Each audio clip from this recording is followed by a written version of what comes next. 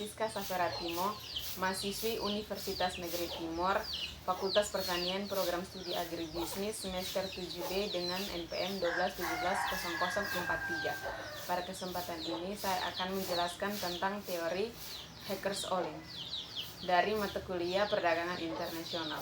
Teori Hackers-Ollin adalah model matematis perdagangan internasional yang dikembangkan oleh Eli Hackers dan Bertil Ohlin.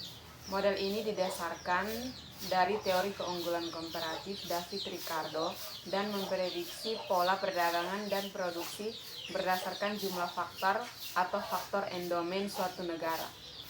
Model ini pada intinya menyatakan bahwa suatu negara akan mengekspor produk yang menggunakan faktor yang murah dan berlimpah dan mengimpor produk yang menggunakan faktor langka.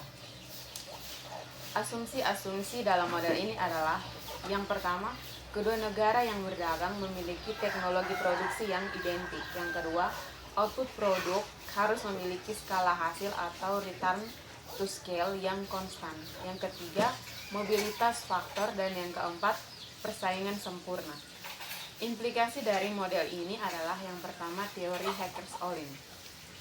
Teori Hackers-Ollin yaitu ekspor negara yang memiliki sumber daya modal yang berlimpah akan berasal dari industri yang menggunakan sumber daya modal secara intensif, dan negara yang memiliki sumber daya buruh yang berlimpah akan mengimpor barang tersebut dan mengekspor barang yang menggunakan tenaga buruh secara intensif sebagai gantinya.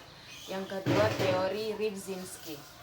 Ketika jumlah suatu faktor barang yang menggunakan faktor produksi tersebut secara intensif akan meningkat relatif kepada peningkatan faktor produksi, atau karena model Hackers-Ollin mengasumsikan persaingan sempurna yang di dalamnya harga sama dengan biaya faktor produksi.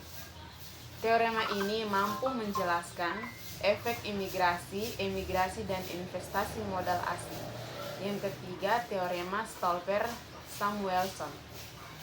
Liberalisasi perdagangan mengakibatkan faktor yang berlimpah yang digunakan secara intensif dalam industri ekspor memperoleh keuntungan, sementara faktor yang langka yang digunakan secara intensif dan dalam industri yang harus berkompetisi dalam barang impor mengalami kerugian.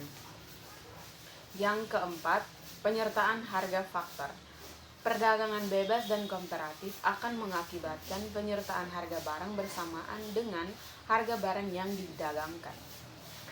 Namun, pada tahun 1954, Profesor Washley W. Leontief menemukan bahwa Amerika Serikat, negara yang sumber daya modalnya berlimpah, mengekspor komoditas yang menggunakan buruh secara intensif dan mengimpor komoditas yang menggunakan modal secara intensif, sehingga bertentangan dengan model ini.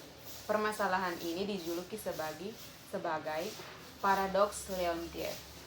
Sekian materi yang dapat saya jelaskan. Terima kasih.